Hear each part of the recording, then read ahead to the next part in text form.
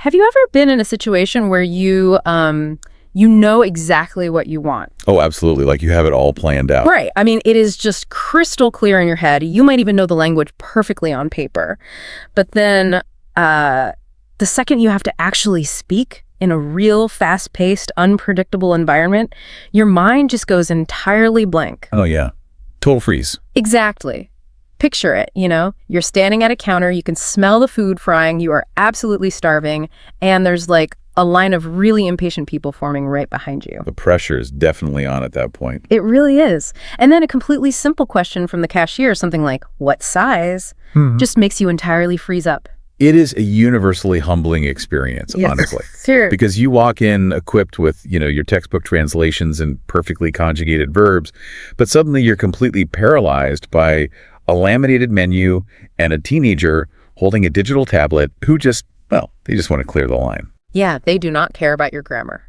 And that feeling of paralysis is exactly why you are here with us today. Welcome to the Deep Dive. Glad to be here. Today's mission is to decode the hidden script of everyday English.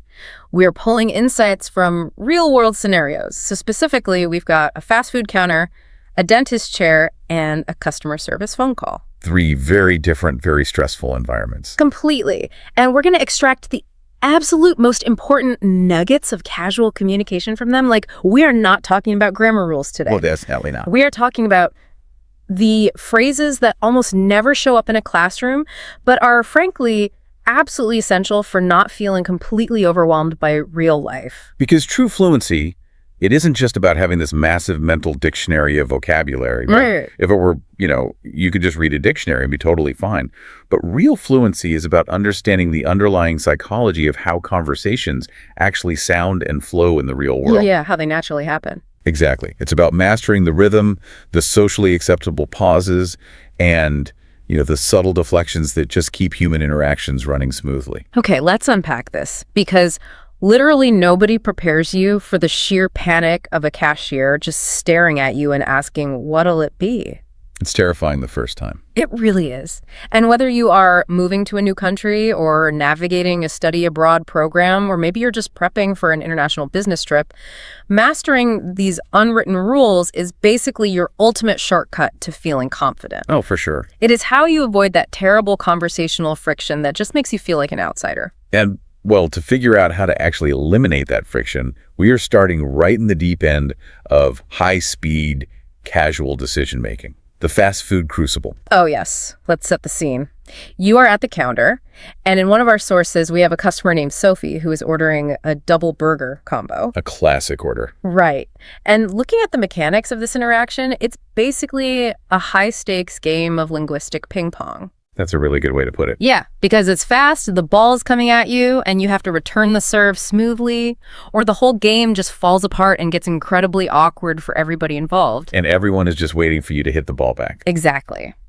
So Sophie has to deal with upsells. She customizes her meal, asking for no onions and barbecue sauce on the side, and she even adds extra fries for a friend. Well, what's fascinating here is how immediately the pace of this ping pong match is established, and really how the customer takes control of that pace. How so? Well, right at the top, the worker asks what she wants. And instead of freezing up, and instead of just, blurting out a noun, she uses a highly specific anchor phrase. She says, let me see. Okay, but let me challenge that right away. If you are standing there and you just need a second to look at the menu, why do you need to say anything at all? That's a fair question. Right. Why not just look at the menu in silence for 2 seconds? Let me see. Just sounds like filler to me. Well, it might seem like filler on the surface, sure. But psychologically, it is an incredibly strategic social cue. Really? How? Think about it. Human beings, especially in these highly transactional environments, are deeply uncomfortable with dead air. Silence implies a breakdown in the social contract. Okay. If the cashier asks you a question and you just stare at the menu in complete silence, they don't know what's happening. Did you not hear them? Did you not understand them? Or are you just ignoring them? Oh, yeah, that would be super awkward. Right. So saying, let me see, fills that acoustic void. It signals, hey, I am engaged, I heard you, I acknowledge it's my turn to speak, but I am claiming a fraction of a second to process. So it basically buys you time without making the other person anxious. Exactly. That makes a lot of sense. You are managing their expectations so you can manage your own stress. Totally. And then when she actually makes her choice, it's interesting because she doesn't use a direct command. Like, she doesn't say, give me the double burger, or even, I want the double burger. Right. What does she say? She says, I think I'll go with the double burger. Yeah, I think I'll go with is arguably the most culturally authentic, relaxed way to select something in everyday English. It really is. It frames the choice as a gentle direction you're taking, rather than a hard, aggressive demand. But again, I have to push back a little here. When you're stressed and you're trying to communicate in a second language, or even just trying to be quick, wouldn't it be easier to fall back on the most literal, direct translation? You would think so, but... Because later, the worker offers to throw in a brownie for $1, basically upselling her. Right. And Sophie says that is tempting, but then she says, I think I'll pass on the dessert. Why go through all those linguistic gymnastics? Why not just say no dessert? I mean, isn't efficiency the goal here? Well, efficiency is the goal for a machine. But human interaction relies really heavily on social lubrication. Social lubrication. Yeah, pass on softens the rejection. Yeah. Think about the underlying psychology here. If someone offers you something and you just give a blunt no, it can subconsciously sound like you're rejecting the person themselves or, putting up a wall. Oh, that makes sense. Like you're shutting them down. Exactly. Saying I'll pass on it is a polite, culturally understood way to decline that one specific item while maintaining a completely friendly, warm energy. So you're telling the cashier, I'm rejecting the brownie, I'm not rejecting you. Spot on. It keeps the casual vibe entirely intact. You are preserving the relationship, even if the relationship is only going to last another 45 seconds. Yep, it keeps the rally going in our ping pong match. And you really see that desire to maintain a friendly dynamic when the worker tries another upsell. They pitch a bottled lemonade, and Sophie replies, you've talked me into it. Which is just a brilliant form of playful conceding. Right, because realistically, she probably didn't need much convincing. She probably just wanted the lemonade anyway. Most likely, yes. But by phrasing it as, you've talked me into it, she is essentially giving the fast food worker a tiny, harmless social victory. Exactly. It's an instant rapport builder. It turns what could be a sterile financial transaction into a micro collaboration. A micro collaboration. I love that. And notice how the worker immediately validates that energy by replying, good call. Which means a smart choice or a good decision. Right. But more than that, good call is basically a verbal high five. A verbal high five. It really is. It's a way for the worker to close that specific loop of the transaction with positive reinforcement before they move on to the next detail. But the ping pong game does require some firm boundaries too, because Sophie has a customization and she clearly has very strong feelings about it. She definitely does. She really does not like onions. She tells the worker, I can't stand it. Now, to me, I can't stand it feels incredibly visceral, almost aggressive for just a fast food order. He is a strong limit, certainly, but in the context of food preferences in casual English, it is actually completely culturally appropriate. Really? It doesn't sound rude. Not at all. It communicates a visceral personal dislike without insulting the food itself. Oh, I see. Like she isn't saying your onions are garbage. She is saying my personal reaction to onions is intense. Got it. It is a shorthand way of signaling to the cashier, look, please take this customization seriously. Do not accidentally put onions on this burger. So it's a boundary without an insult. That's a great distinction. And she manages her boundaries again when she's dealing with the fries she's adding for her friend. Right, the fries. Yeah, she specifically asks for a small size because she says she doesn't want to go overboard. Yeah, to go overboard is to do too much, to take things further than necessary. Right. What's really fascinating is how people use phrases like this to lightly justify their choices aloud. Justifying it to a complete stranger. Exactly. It's a self-deprecating, humble way to explain a smaller purchase so you just don't seem overly indulgent. That is so true. And finally, the worker reads the entire complex order back. No onions, sauce on the side, small fries. And Sophie confirms it all by saying, that's spot on. Spot on. Perfect accuracy. Yep. But sociologically, spot on functions as the final buzzer of the game. It completely closes the loop on the negotiation phase of the transaction. The ping pong match is over. Game over. You've navigated the upsells, the boundaries, the pauses, and both players leave feeling really good about the exchange. Okay, so that covers the high-speed game of choices. You have total agency there. You're really just picking what you want to eat. Low stakes. Exactly, low stakes. But here's where it gets really interesting. Because everyday life isn't just about choosing between a burger or a brownie. Sometimes you are forced into situations where you have almost zero control. Oh, yeah. The challenge isn't about making choices anymore. The challenge is about explaining vulnerability. Right. So we are moving from the low stakes world of fast food, where, the worst outcome is you get some onions you didn't want, to a very high stakes, physically stressful environment. We are talking about the dentist. Just hearing the word stresses people out. Right. Imagine you're sitting in that chair. You have serious tooth pain.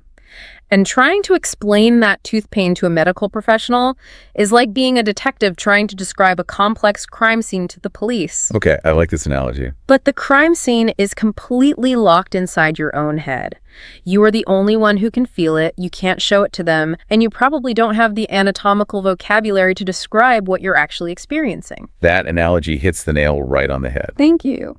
You are dealing with bodily discomfort, a naturally elevated heart rate just from being in the clinical environment, and a total lack of medical terminology. The pressure to communicate accurately feels massive. So how do people naturally navigate this? I mean, when the dentist asks what the problem is, the patient just says, "It comes and goes." Which feels like such a simple, almost elementary phrase. Yeah, very basic. But it actually communicates a highly specific medical reality. It tells the doctor the pain isn't constant. It appears and disappears unpredictably. Okay. And then the dentist pushes for more detail. They ask for a precise location or a specific trigger. And the patient replies, "It's hard to say exactly." Now, hold on. If I am the patient and I am paying a doctor a lot of money to fix my mouth, doesn't saying, "It's hard to say exactly," make me sound like a terrible, unreliable witness to my own crime scene? I can feel that way, yeah. Like, if I say that, isn't the doctor going to think I'm wasting their time or that I don't even know my own body? It definitely feels like an admission of defeat. Yeah. But psychologically, it is the exact opposite. Really? Yeah. When you are in a vulnerable position, it's hard to say exactly is a vital collaborative phrase. Collaborative. Yes. It keeps the conversation moving forward when you lack a precise answer. It naturally signals to the professional, look, I'm trying to give you the information you need, but I just lack the precision right now. I need your help to narrow it down. Oh, wow. It's an active invitation for the dentist to step in, start investigating, and ask leading questions. Ah, I see. It's basically handing the steering wheel over to the expert. Exactly. So it prompts the dentist to start running through a checklist of triggers like hot, cold, sweet. And the patient is able to grab onto one of those and answers, "Cold, definitely." And notice the strategic use of definitely there. Yeah, it's very firm. It strongly confirms the trigger without needing any complex terminology. You don't need a textbook on dental pathology to go to the doctor. Thank goodness. You really just need the vocabulary of everyday sensations. Right. The patient leans entirely on action and reaction descriptions. They say things like biting down on something crunchy gets sharp. Yes. So they describe the physical action and the resulting sensation. Biting crunchy equals sharp pain. And that is all the diagnostic puzzle pieces the dentist needs to identify a cavity. Which brings us to a really fascinating aspect of everyday English. What's that? How we deal with unpleasant news or uncomfortable tasks. Oh, yeah. The dentist explains they need to do a filling right away, and the patient says, I'd rather just get it over with. That is such a deeply relatable feeling. Isn't it? You're already in the chair, you're absolutely dreading the drill, but you just want it behind you.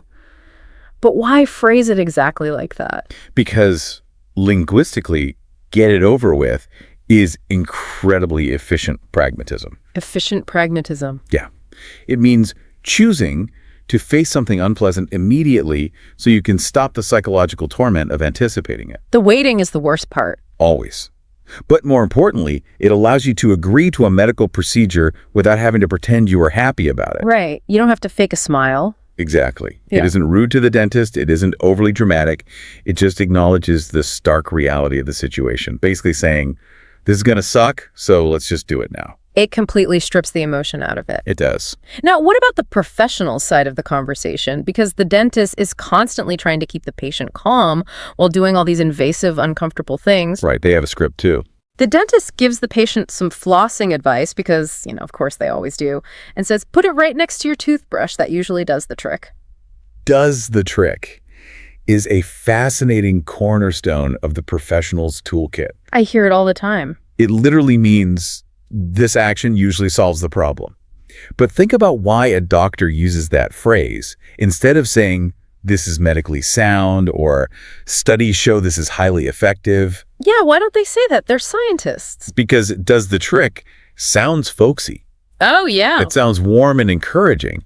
It essentially lowers the clinical barrier between the doctor and the patient. It makes it sound like a life hack rather than a strict medical directive. Exactly. It's much more approachable. And then the dentist executes this absolutely amazing conversational pivot. They finish talking about the cavity, and before the patient can even relax, the dentist says, "While I have you here," and brings up the patient's bleeding gums. "While I have you here" is a masterful psychological bridge. Oh, yeah. Think about the patient's cognitive load right then. They are already super stressed about the cavity. If a doctor abruptly changes the subject and says, "Now let's discuss the bleeding in your gums," the patient's heart rate is going to completely spike. Oh, for sure. I'd be terrified. They'll assume something else is horribly wrong. But "while I have you here" makes the new topic sound like a casual afterthought. Right. Like a minor logistical detail of convenience rather than an urgent medical crisis. It completely prevents panic. It disguises a medical intervention as a favor. That is genius. And speaking of logistics, the dentist wraps the whole ordeal up by suggesting they book a cleaning for next time. Right.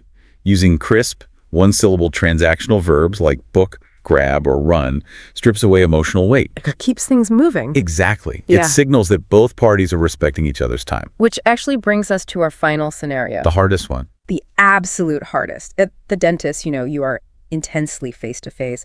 Even if your mind goes totally blank, you have your physical body. You can literally just point to your jaw, wince, and the doctor knows what to do. You have visual context. Visual context is a huge safety net. Huge. But what happens when you strip away the visual context entirely? Well, then you are forced to rely 100% on verbal cues to establish trust and convey your intentions. We are talking about the blind transaction. The absolute worst. The absolute dread of setting up utilities over the phone. You are calling a total stranger to establish a service. Yeah. In this scenario, we have a new apartment dweller who is calling a customer service rep named Daniel at Clearwave Internet to set up their home connection. And it is a dense interaction. Very dense. They have to navigate planned speeds, debate the merits of, 150 versus 500 megabits, discuss the demands of working from home, and somehow coordinate a schedule for an installation window. It's a lot. And they have to do all of this without ever seeing each other's faces or reading each other's body language. So what does this all mean? When I look at the language used in this specific interaction, I see basically a masterclass in verbal judo. Verbal judo, I love that. Right. The caller opens the entire phone call by saying, "I'm not sure where to start, to be honest." That is such a bold move. It really is. They are actively using vulnerability to recruit the internet guy as an ally. They aren't coming in hot, fighting the automated system, or aggressively demanding service. They are essentially saying, "Look, I am lost. Help me, Daniel." And if we connect this to the bigger picture of human communication, the phrase, "to be honest," is doing massive heavy lifting here. How so? It isn't just a filler phrase. It is a highly strategic signal of openness. Okay. Remember, without face-to-face context, you can't rely on a warm smile or eye contact or a relaxed posture to show the other person you are friendly and cooperative. Because they can't see you. Exactly. You have to actively inject that warmth and trust directly into your vocal tone and your word choice. Admitting you are slightly overwhelmed does exactly that. It completely disarms the customer service rep. It flips the dynamic from adversarial to collaborative. Yep. And Daniel, the service rep, catches that vulnerability perfectly. He doesn't give a robotic corporate response. He replies, "No worries at all." Which is infinitely warmer than a clinical "no problem" or "understood" or, "I can assist you with that." Oh, I can assist you with that. Sounds so cold. It really does. No worries at all. Instantly puts the caller at ease.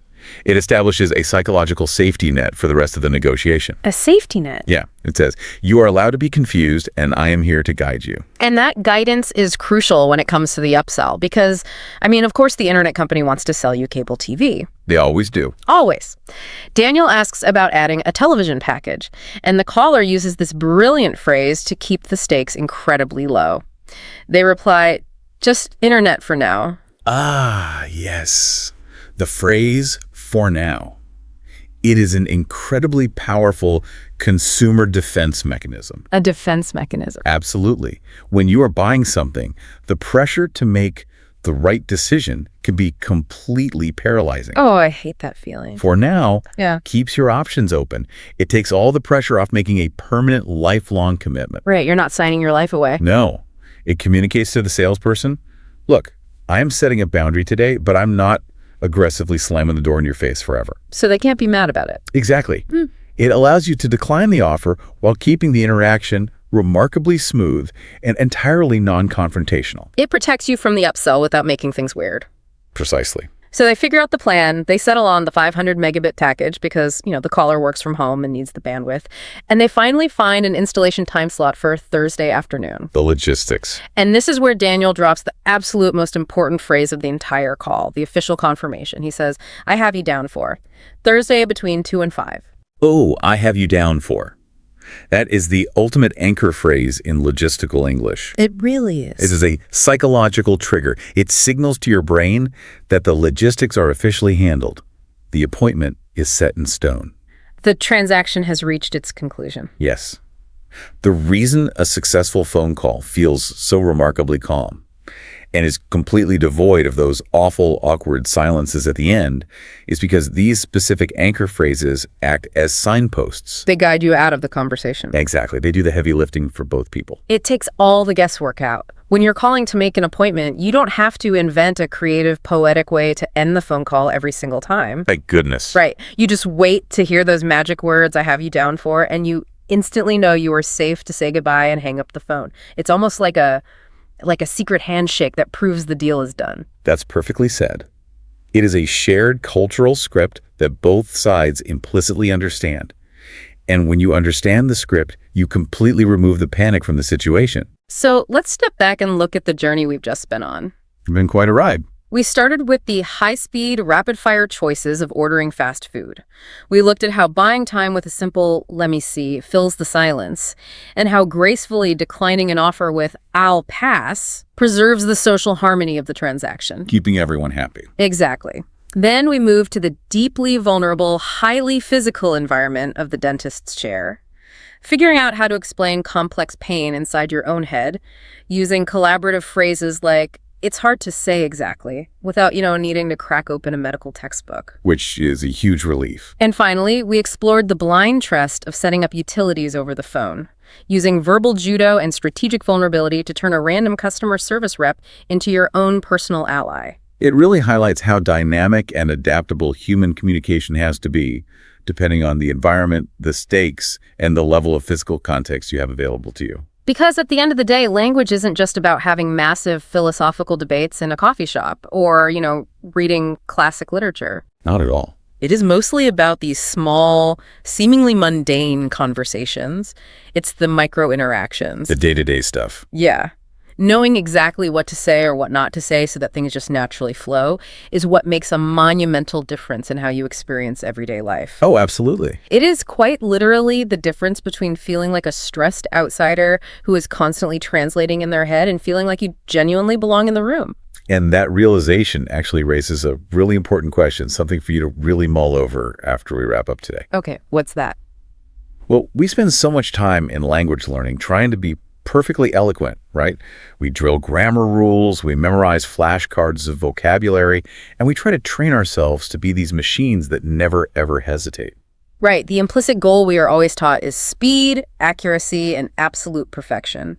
Anything less just feels like a failure. But what if the ultimate sign of fluency isn't speaking perfectly at all? Wait, really? What if true mastery of a language is actually learning the culturally appropriate ways to pause? Wow. So what you're saying is, we've been practicing for years to sound like flawless robots, when the real goal is just to sound human. And humans naturally hesitate. Exactly. Think about it. Using phrases like, let me see, or it's hard to say exactly, proves that mastering the hesitation, knowing exactly how to be authentically uncertain, might be the deepest way to prove you truly belong in the conversation. The authentic hesitation. Fluency isn't the absence of thinking. It's knowing how to show the other person that you are thinking. and bringing them into that process with you. That reframes everything. Yeah. The authentic hesitation. So the next time you are starving and you smell the food frying and you step up to the counter and that cashier looks at you and asks what size, you don't have to panic. You really don't. You don't have to freeze. You just have to know how to pause. Thank you so much for joining us on this deep dive. Keep listening, keep practicing, and we will catch you next time.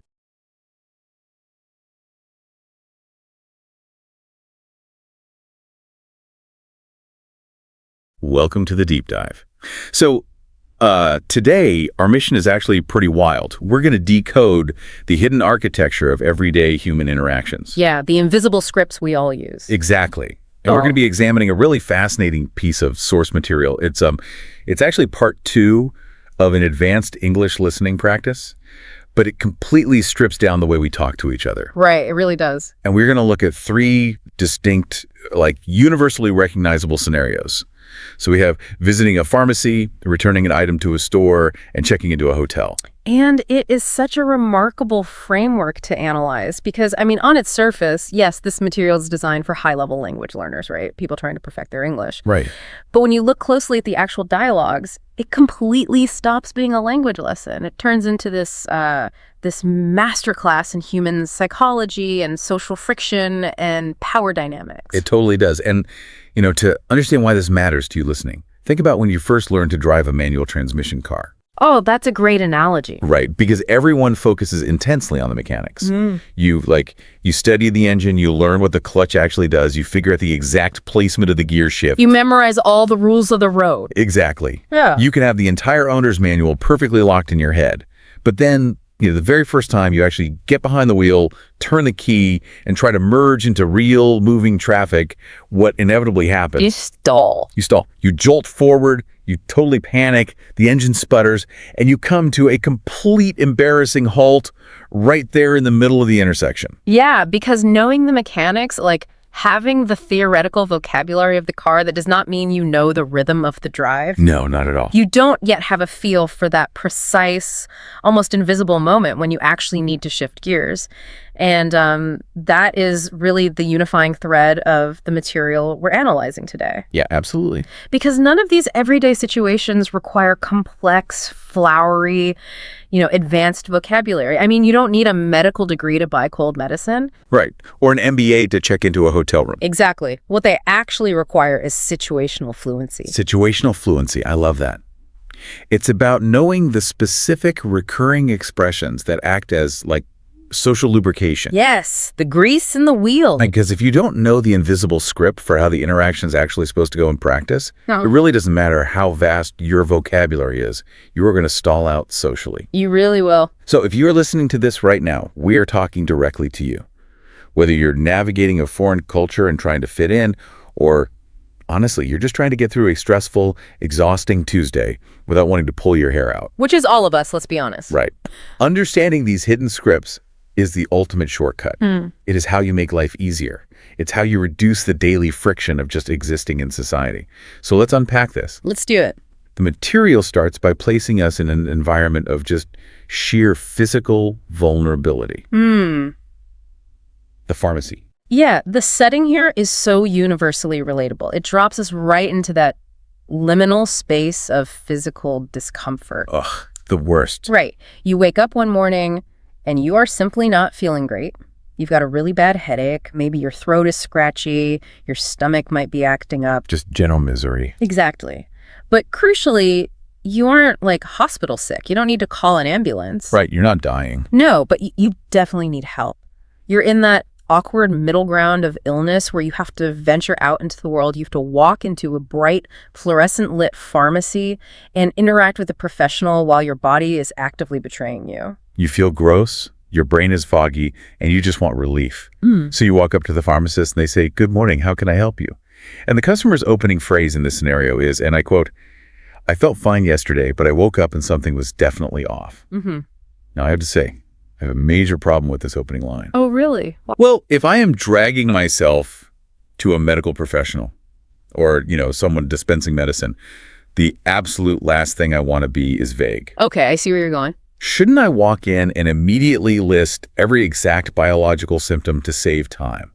Like, shouldn't I say my core temperature is elevated, my sinuses are inflamed, and my pharynx is irritated? Right. Just hit them with the data. Yeah. Why on earth would anyone just say something was definitely off? It sounds like a complete waste of time. It does seem counterintuitive, I'll give you that. Yeah. Especially when we're so conditioned to value efficiency in healthcare. But this phrase is actually a piece of strategic genius. Wait, really? Genius. Yes. The vagueness is entirely purposeful. When you say something is off, you are immediately signaling to the pharmacist that there has been a baseline shift in your normal state of being. Okay. You're establishing that a problem exists, but you are doing so without committing yourself to a potentially incorrect self-diagnosis. Okay, wait, walk me through the psychology of that. Why is a self-diagnosis so dangerous in this specific context? Because of a cognitive trap called anchoring bias. Anchoring bias, okay. Right. So if you walk into a pharmacy or a doctor's office and confidently declare, I have strep throat, you anchor the professional's brain to that specific condition. Oh, I see.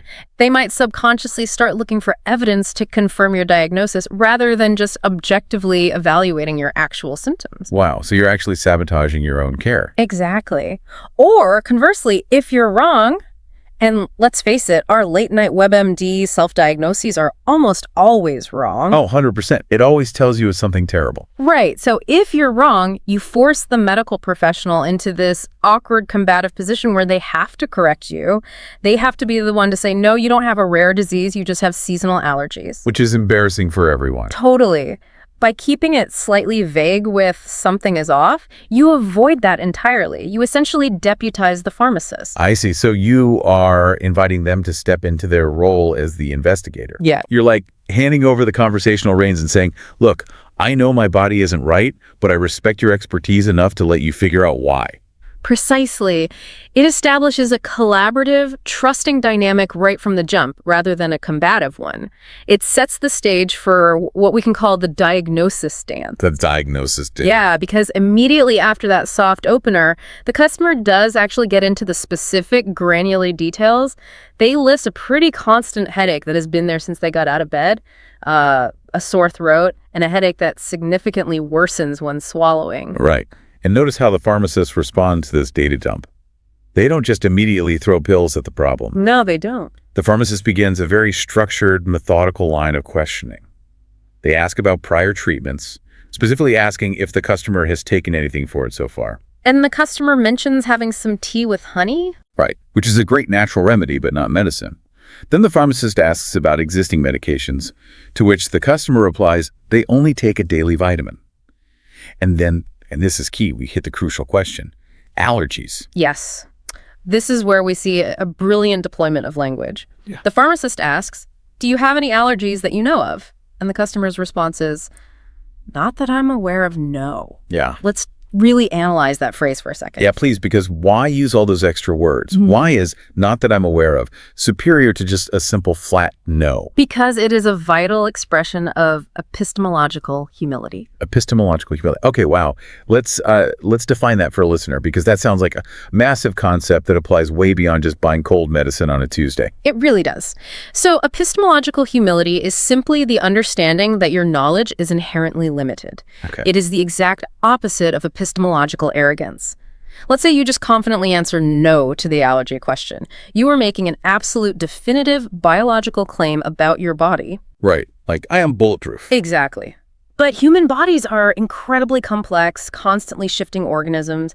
Adult onset allergies are a very real, documented phenomenon. Oh yeah, my uncle actually became allergic to avocados in his 50s. Sure. Just out of nowhere. Exact. People can eat shellfish for 30 years and suddenly go into anaphylactic shock on year 31. So when you say, not that I'm aware of, you are being completely honest without being arrogantly absolute. You're acknowledging the limits of your own historical data. Yes. You're essentially telling the pharmacist, hey, based on my 30 years of living in this specific body, I have never reacted poorly to medicine, but I can see that the universe is chaotic and it is theoretically possible. That's exactly it. It protects both the customer and the pharmacist emotionally and honestly, legally, if an unexpected reaction does occur. That makes so much sense. It's a tiny linguistic buffer, but it does an immense amount of heavy lifting in maintaining trust.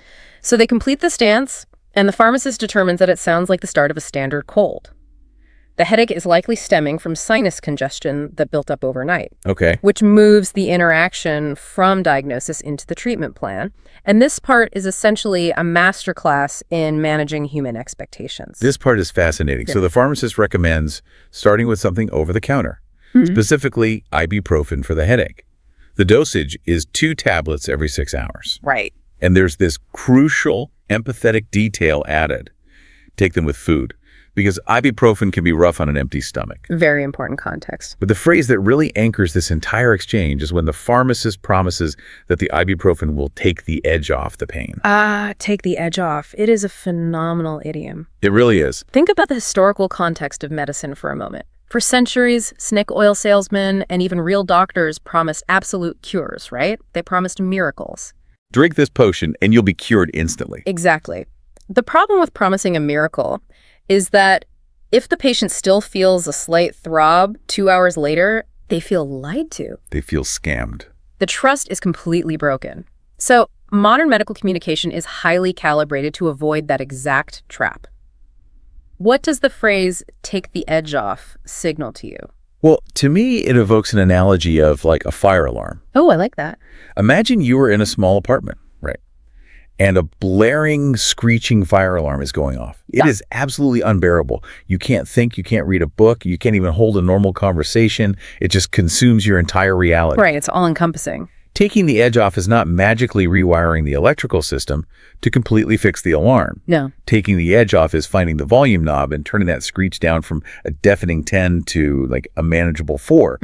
The alarm is still technically ringing in the background. The core problem still exists, but it makes the room habitable again. You can finally sit down on the couch, gather your thoughts, and actually function. That is a perfect visualization of what this script accomplishes. The pharmacist is explicitly not promising a magical cure. They are promising a return to a manageable baseline. Right. Taking the edge off means reducing the intensity of something sharp and unpleasant. It manages the customer's expectations so perfectly that even a minor improvement is registered as a complete success. Yeah, you feel like the medicine worked. Exactly.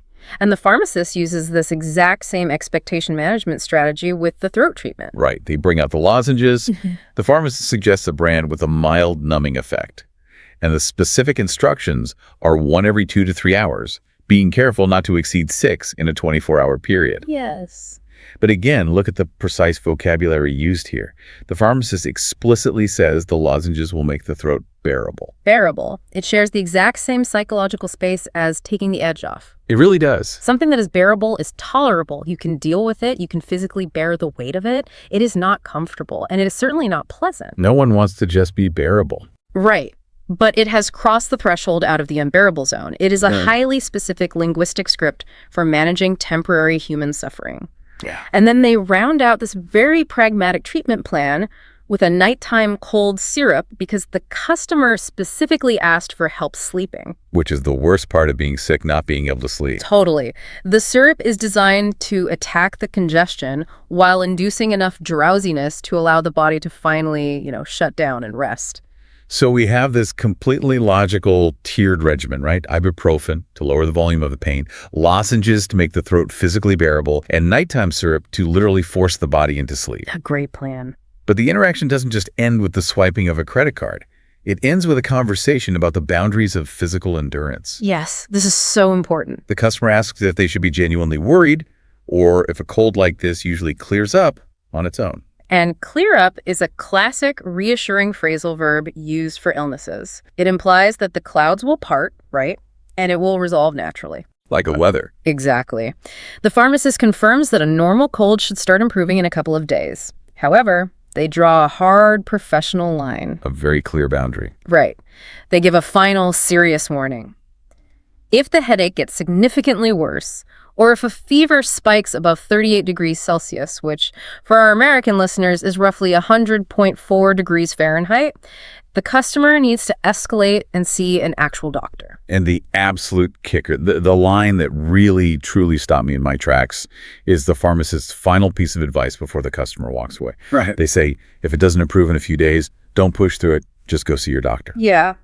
I want to pause and really look at that phrase, don't push through it. Because it's heavy. If we pull back and look at the sociology of that phrase, We are touching on a massive systemic issue in modern work culture. Oh, absolutely. The concept of pushing through is deeply, deeply ingrained in us.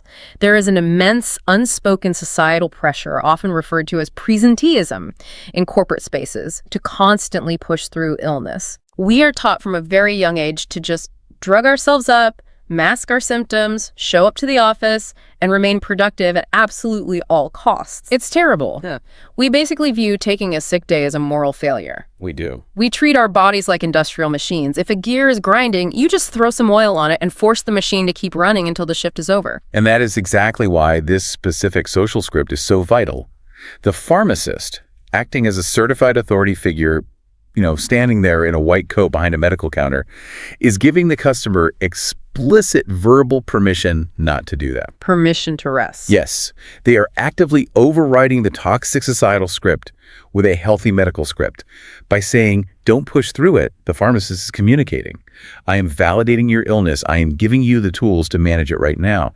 But if you hit this specific boundary of a 38-degree fever or a worsening headache, you must stop. Do not ignore your body's alarm bells just to be productive. Exactly. It is an incredible moment of genuine human care embedded right at the end of a very standard, mundane retail transaction. It really is. It reframes the entire pharmacy visit. It's not just about buying chemicals, right? It's about navigating physical vulnerability, establishing trust, managing the psychology of pain, and ultimately receiving permission to be fragile. Beautifully said.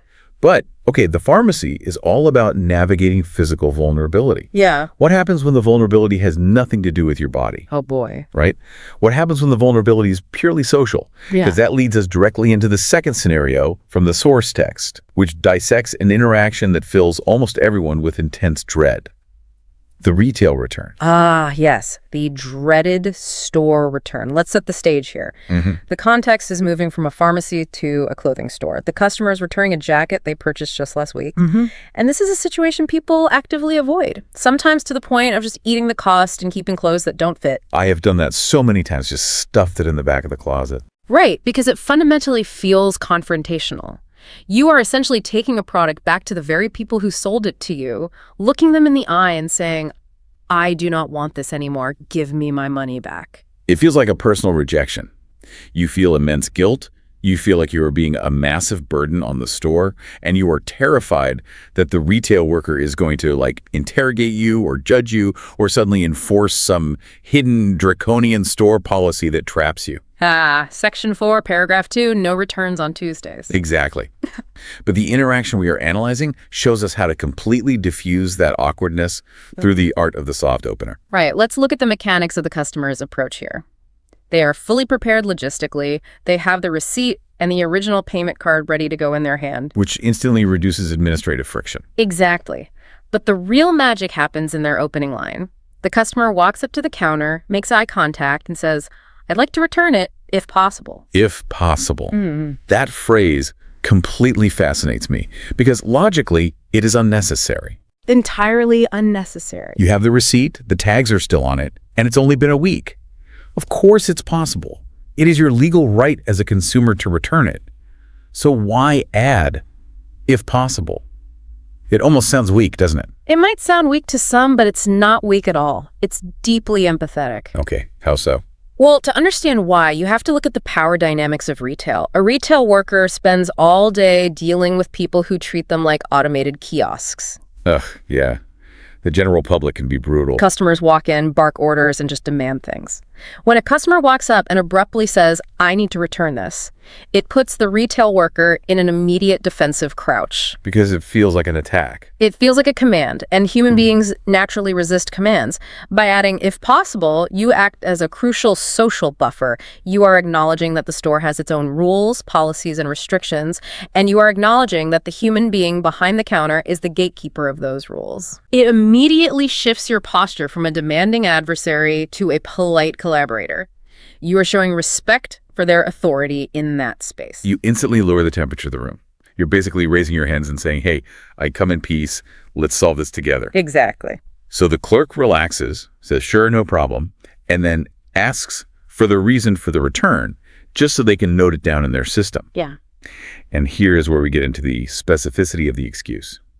This part is brilliant. Right. The customer doesn't just say it doesn't fit. They explain that the jacket is a bit too tight around the shoulders, and they give this whole backstory. I tried it on in the store, but I was wearing a thin shirt. When I tried it at home with a sweater underneath, it was way too snug. Now, I have to stop you here because I have a bone to pick with this. Go for it. If I am standing in a line at a store and there are 10 impatient people waiting behind me, the absolute last thing I want to do is talk about my wardrobe choices. Fair point.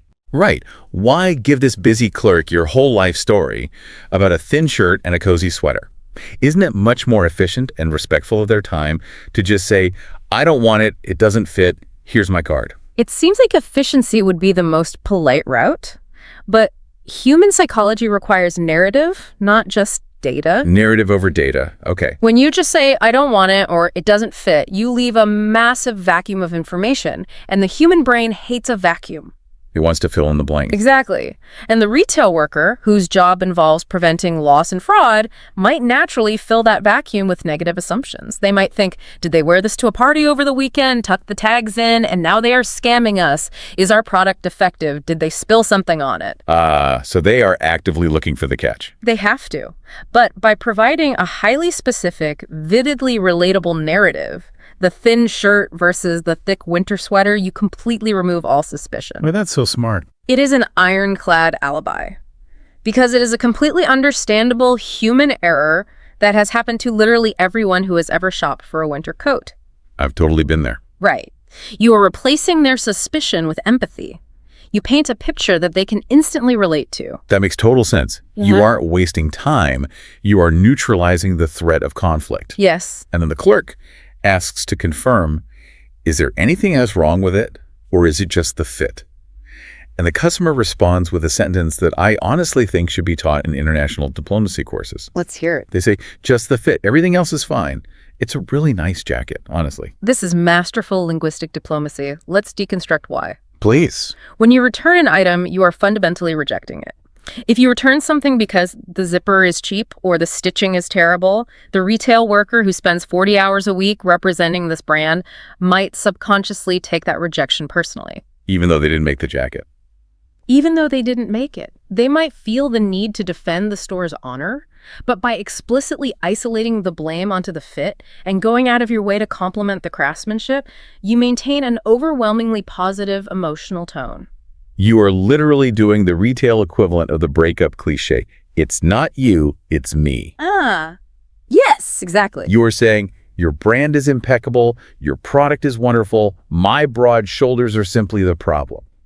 You completely stroke the brand's ego. And by doing so, you completely prevent any defensiveness. And then the customer uses a phrase that is a quintessential piece of linguistic softening. They say, I just need something with a bit more room. A bit more room. It sounds so much better than saying it's too small. It does, because too small is blunt. And saying I am too big for this jacket can make the customer feel self-conscious or embarrassed about their own body. Right, it brings body image into it. Exactly. A bit more room is a brilliant euphemism because it focuses entirely on the abstract concept of physical space rather than the failure of the garment or the dimensions of the human body. It's so neutral. It is a perfectly neutral, non-judgmental way to describe the problem. It's such a versatile script, actually. You hear it everywhere. People ask for a bit more room when looking for a new apartment or when asking someone to adjust a seat on an airplane. It is the perfect verbal off-ramp. And look at the successful resolution that flows directly from this script. Because the customer was so polite, so specific with their relatable sweater story, and so complimentary of the brand, the clerk is entirely on their side. They won them over. The clerk actively wants to help them. They check the inventory, they find the exact same jacket in a large size and happily offer it. The customer is thrilled. They take the large and head over to the fitting rooms to try it on. Success. All of the potential friction, the dread, the fear of confrontation, it was entirely bypassed, almost like magic, simply because the customer deployed the right social script. It was diffused before the tension even had a chance to ignite. So we have successfully navigated the physical vulnerability of illness at the pharmacy. And we have navigated the social vulnerability and awkwardness at the retail store. We're in a roll. But what happens when you combine profound physical exhaustion with logistical pressure and financial complexity? A nightmare. But you get the ultimate test of situational fluency. You get the hotel check-in. This brings us to the final scenario we are analyzing today. The context here is arriving at the front desk of the Grand Plaza Hotel. Fancy. Very. The reservation is under the name Thompson. It's for a 3-night stay, checking out on Friday. To truly understand this interaction, we have to remember the physical reality of the traveler. Oh man, travel is brutal. It is. If you are checking into a hotel, you've almost certainly just traveled. You might be deeply jet-lagged. You are physically tired. You are likely standing at a brightly lit front desk, holding heavy bags, wearing clothes you've been sitting in for hours. You feel gross.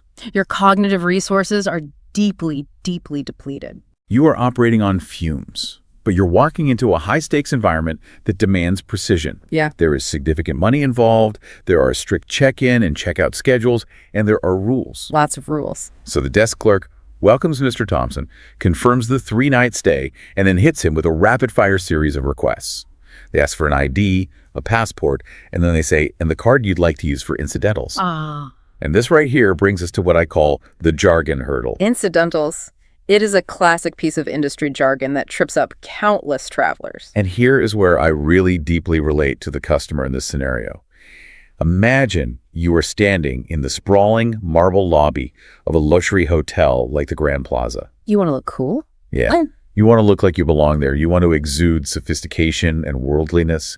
It feels so incredibly embarrassing to halt a smooth professional transaction to admit ignorance. It's hard to do. To ask what a fancy word like incidentals means feels like confessing that you don't belong in a nice hotel. The overwhelming temptation for most people is to just nod knowingly, fake a smile, and hand over their credit card blindly, hoping it doesn't bankrupt them. Which is exactly how people end up furious and panicked 3 days later when they see unexpected charges on their bank statements. Yes. This is where we see the weaponization of financial jargon.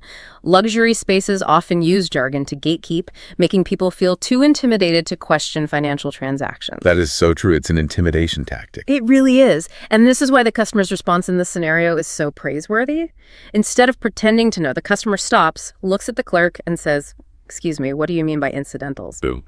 What's fascinating here is the sheer power of unapologetic clarification. The customer does not apologize for not knowing. They are polite, direct, and they completely eliminate the shame of ignorance by treating the jargon as the problem, not their own lack of knowledge. It's a superpower. Just stopping the machine and saying, hey, I don't know what that means. Explain it to me. Yeah. And the desk clerk's response here is the absolute gold standard for what good, clear hospitality looks like. It is. They don't roll their eyes, they don't sigh heavily, and they aren't condescending. Right. The clerk instantly drops the jargon and translates it into plain English. They explain that incidentals are simply any extra charges incurred during the stay time, things like ordering room service, eating snacks from the minibar, or using the hotel's laundry service. Expensive stuff. Exactly. And crucially, the clerk explains the invisible financial mechanism behind it. The clerk says, we'll put a hold on your card, but you won't be charged unless you use those services. Let's talk about that word hold, Yeah. because that is another absolute minefield for travelers. Yes. The psychology of the hold is incredibly stressful if you don't understand it. A hold means the hotel communicates with your bank to temporarily freeze or reserve a certain amount of your funds, say $100 a night. You aren't actually charged that money. It hasn't left your account. But that money is locked. It isn't available for you to use on a nice dinner or to buy souvenirs. It acts as a security deposit for the hotel. Which can be a huge shock if you're on a tight budget. Huge. By explicitly asking for clarification up front, the customer avoids a massive anxiety attack later when they check their banking app on their phone and see hundreds of dollars in missing available funds. So the financial hurdle is successfully cleared with total transparency. Next, the clerk rapid fires the logistics of the stay, and the exhausted customer has to process just a mountain of data. It's a lot, all at once. We get the specific details. Yeah. Mr. Thompson is placed in a deluxe room on the 7th floor, specifically room 714 with a city view. Breakfast is included in the rate, and it is served from 7 to 10 a.m. on the ground floor.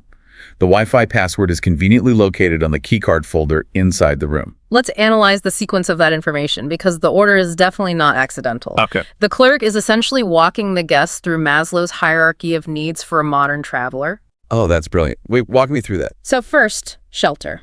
Room 714, 7th floor. You know where you were sleeping. Right. Second, Sustenance. Breakfast is at 7 a.m. You know how you are getting fed. Crucial. Third, connection to the outside world. The Wi-Fi password. They are front-loading the guest's most critical, immediate survival needs before their exhausted brain stops absorbing information. That makes total sense. Only after those core needs are established does the customer inquire about luxury amenities. Yeah. They ask if there is a gym. The clerk confirms there is a 24-hour gym on the second floor and also mentions a rooftop pool open from 8 a.m. to 9 p.m. It is a massive information dump, but because the script follows a logical hierarchy of needs, it is easy to parse. Which naturally leads us to the exit strategy. Mr. Thompson notes that he has a very early flight on Friday morning and asks how the checkout process works. The worst part of leaving. Always. The clerk explains that standard checkout is 11 a.m., but for an early departure, the guest can just drop the key at the front desk and the final itemized bill will be sent via email. I am obsessed with the use of the word drop here. It is a brilliant linguistic choice. To fully appreciate it, contrast it with standard administrative language. What if the clerk had said, "Since you are leaving early, you will need to process your checkout at the front desk"? If someone tells me I have to process my checkout at 5 a.m. before a flight, my blood pressure spikes immediately. Right.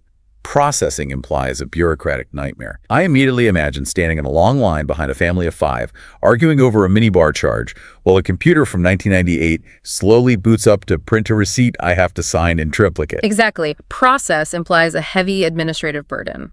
But drop doesn't mean to literally throw the key on the floor. Right. It means to leave it casually, informally, and effortlessly. It is the linguistic equivalent of a casual wave goodbye as you walk out the door. When they say just drop the key, it promises zero paperwork, no waiting in line, no friction. It is a frictionless exit perfectly designed for a traveler who is stressed about making it through airport security on time. It is entirely about removing barriers and alleviating anxiety. And that brings us to the closing of the interaction, which features twin wrap-up phrases that are absolutely essential for any smooth professional encounter. Tell me.